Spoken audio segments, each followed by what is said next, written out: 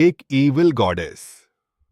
The मॉरिगन एक 16 साल की लड़की को अपना होस्ट बना लेती हैं। लिली स्कॉट अनजाने में उसी डार्कनेस का हिस्सा बनने वाली थी।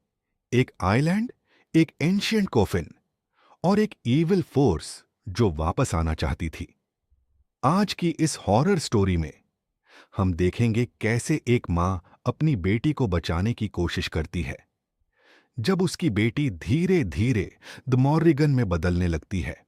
मूवी की शुरुआत होती है एक डार्क रिचुअल से। रात का अंधेरा, जंगल के बीच कुछ औरतें एक डेंजरस रिचुअल परफॉर्म कर रही होती हैं। सबके चेहरे ढके हुए और बीच में एक औरत खड़ी होती है जो इस रिचुअल को लीड कर रही थी। लेकिन तभी कुछ लोग चुपके से आते हैं और एक एक करके सब औरतों को मारना शुरू कर देते हैं। हर तरफ बस खून ही खून। आखिर में सिर्फ वही मिस्टीरियस औरत बचती है। उसका फेस रिवील होने से पहले ही उसे भी मार दिया जाता है और रिचुअल अधूरा रह जाता है। दूसरे सीन में हम मिलते हैं आर्कियोलॉजिस्ट फियोना स्कॉट से। फियोना दुनिया भर के रिसर्चर्स को बताती है कि उसने ancient pagan war gods the Morrigan के महल का पता लगा लिया है जो एनान आइलैंड में छुपा हुआ है। फियोना का मानना था कि मॉरिगन की असली बॉडी अभी भी उस महल में कहीं मौजूद है। इस डेंजरस मिशन को नाम दिया जाता है मॉरिगन प्रोजेक्ट। लेकिन फियोना को प्रोजेक्ट का लीड नहीं मिलता, बल्कि जोनाथन हॉर्नर को लीड बनाया जाता है। 9 मंथ्स लेटर फियोना अपनी बेटी लिली के साथ एनान आइलैंड पहुंचती है। वहां उन्हें रिसीव करता है मैलेकी। जैसे ही लिली कार में मोबाइल चेक करती है, उसे पता चलता है कि आइलैंड पे बिल्कुल भी सिग्नल नहीं है। तीनों महल की तरफ बढ़ने लगते हैं। तभी लिली एक क्रो को नोटिस करती है और पत्थर से उसे मरने की कोशिश करती है। लेकिन मलाची टूरांट उसे रोक देता है। वो बताता है क्रो को मारना मॉरिगन को नाराज करना होता है। महल के अंदर ऑलरेडी एक्सकवेशन चल रहा होता है। फियोना लिली को होटल भेज देती है। दूसरी तरफ एक्सकवेशन के दौरान कॉनर को एक अजीब एंशिएंट सिंबल मिलता है। फियोना सिंबल देखकर एक्साइटेड हो जाती है और बोलती है कल से यहीं से खुदाई शुरू होगी। होटल में लिली को मैलेकी उसका रूम दिखाता है, सेकंड फ्लोर पर। जैसे ही लिली सीढ़ियां चढ़ने लगती है, उसकी नजर दीवार पर लगी एक औरत की पेंटिंग पर पड़ती है। लिली यूएस पेंटिंग को घूरने लगती है और तभी उसे एक ईविल प्रेजेंस का एहसास होता है। रात होती है, सब डिनर कर रहे होते हैं। तभी एंट्री होती है शॉन की। शॉन और लिली एक दूसरे को देखते ही अट्रैक्ट हो जाते हैं, लेकिन फियोना को यह बिल्कुल पसंद नहीं आता। मदर और डॉटर के बीच आर्गुमेंट होता है और गुस्से में लिली बिना खाना खाए रूम में चली जाती है। नेक्स्ट डे एक्सकावेशन के दौरान फियोना को एक एंशिएंट कॉफिन मिलता है। सब लोग उसे होटल ले आते हैं। फियोना एक्साइटेड होकर लिली को कॉफिन दिखाती है, लेकिन जैसे ही लिली उस कॉफिन को टच करती है, उससे दोबारा वही ईविल स्पिरिट फील होती है। फियोना लिली को सीन से दूर रहने को बोलती है। गुस्से में लिली अपने रूम में चली जाती है और ड्रिंक करने लगती है। विंडो से बाहर देखते वक्त उसकी नजर एक ट्री पर बैठे हंड्रेड्स ऑफ क्रोज पर पड़ती है और धीरे धीरे लिली ट्रांस में चली जाती है। पोजेस्ड होकर वो कॉफिन के पास पहुंचती है और उसे खोल देती है। अगले ही पल लिली खुद को उसी जगह पाती है जहां मूवी की शुरुआत वाली औरत मौजूद थी। कुछ लोग लिली को पकड़ लेते हैं और उसके फेस पर एक गरम मेटल मास्क दबा देते हैं। लिली दाढ़ से चीखने लगती है। उसके चेहरे से खून बहने लगता है और तभी लिली एकदम से अपने रूम में वापस आ जाती है। वो दार कर मिरर के पास जाती है, लेकिन उसका फेस बिल्कुल नॉर्मल होता है। दूसरी तरफ फियोना और जॉनथन शॉक में थे, क्योंकि सुबह कॉफिन खुला हुआ मिला था और सबसे हॉरिफाइंग बात, कॉफिन कंप्लीटली एम्प्टी था। मॉरिगन की बॉडी गैप थी। जॉनथन और फियोना समझ नहीं पाते कि आखिर बॉडी गई कहां। उसी रात शॉन लिली को फूड देने उसके रूम में जाता है। लिली उसे बाथरूम में बुलाती है। शॉन अंदर जाकर देखता है कि लिली बिना कपड़ों के अजीब तरीके से बिहेव कर रही है। उसका बॉडी उननेचुरल वे में मुड़ रहा होता है। शॉन दार कर रूम से भाग जाता है, लेकिन लिली बाथरूम में और भी हॉरिफाइंग तरीके से अपनी बॉडी तोड़ने मुरादने लगती है।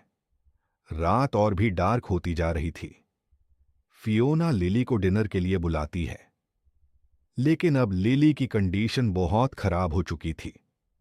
गुस्से में लिली मिरर तोड़ देती है और खून की उल्टियां करने लगती है। शॉन अपने ग्रैंडफादर फ्रांसिस को कॉल करता है, जो एक प्रीस्ट होता है। शॉन बताता है कि लिली पोजेस्ड लग रही है, लेकिन कॉल कट हो जाता है। दूसरी तरफ लिली अब कंप्लीटली पोजेस्ड हो चुकी थी। जॉनथन अपने रूम की तरफ जा रहा होता है। तभी उसकी नजर लिली के खुले रूम पर पड़ती है।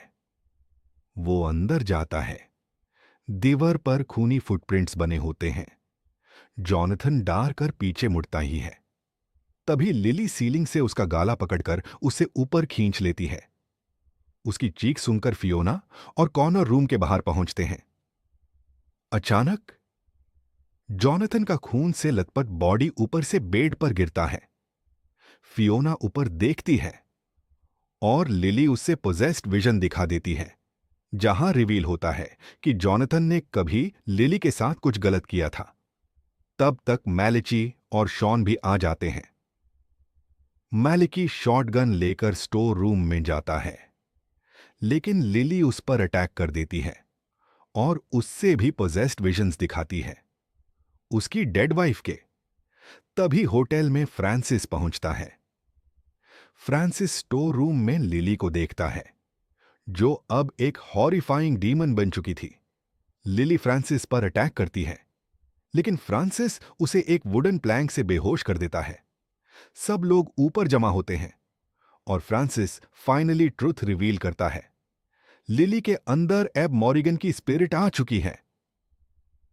उन्हें एग्जॉर्सिज्म करना पड़ेगा। लिली को बाथटब में बांध दिया जाता है।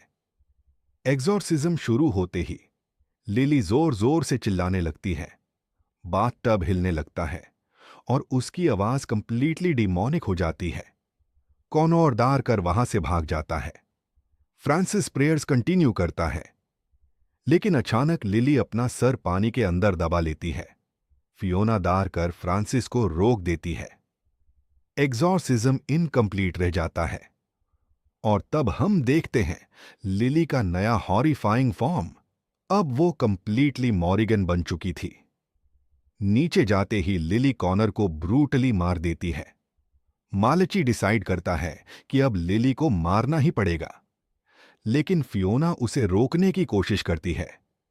मालची फियोना को बेहोश करके लॉक कर देता है और शॉन और फ्रांसिस के साथ जंगल में लिली को ढूंढने निकाल पड़ता है। तभी हंड्रेड्स ऑफ क्रोज उन पर अटैक कर देते हैं। मालची चट्टन से गिर जाता है और उसके सामने मॉरिगन अपीयर होती है। वो उस पर स्नेक्स छोड़ देती है और मलची वही मर जाता है। दूसरी तरफ फियोना लॉक तोड़कर निकाल आती है और एक मिस्टीरियस इंजेक्शन लेकर महल की तरफ बढ़ती है। फ्रांसिस और शॉन फाइनली लिली को ढूंढ लेते हैं। फ्रांसिस शॉन को गुन देता है और बोलता है, अगर सिचुएशन कंट्रोल से बाहर जाए, शूट कर देना। फ्रांसिस जैसे ही लिली के पास पहुंचता है, कोई इनविजिबल फोर्स उसे हवा में खींचने लगती है। शॉन शूट करने ही वाला होता है, लेकिन एक डॉग उस पर अटैक कर देता है और फ्रांसिस के सामने असली ईविल गॉडेस मॉरिगन अपीयर होती है। वो फ्रांसिस को हवा में उथकर महाल से नीचे फेंक देती है। मॉरिगन शॉन को पकड़कर उस एंशिएंट चेंबर में ले जाती है, जहां कॉफिन रखा था। वहां मॉरिगन शॉन के साथ इंटीमेट होने लगती है। ताकि मॉरिगन ब्लड लाइन दोबारा शुरू हो सके। तभी फियोना वहां पहुंच जाती है।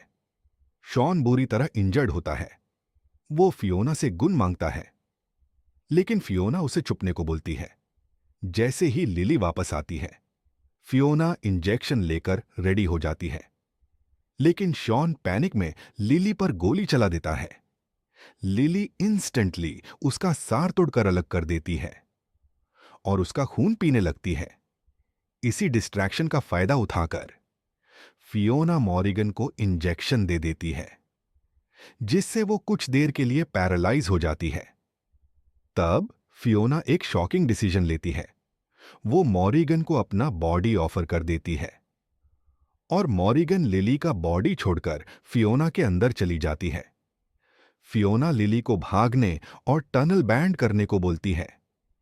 लिली रोते हुए टनल की तरफ भागती है, लेकिन पजेस्ड फियोना उसका पीछा करने लगती है।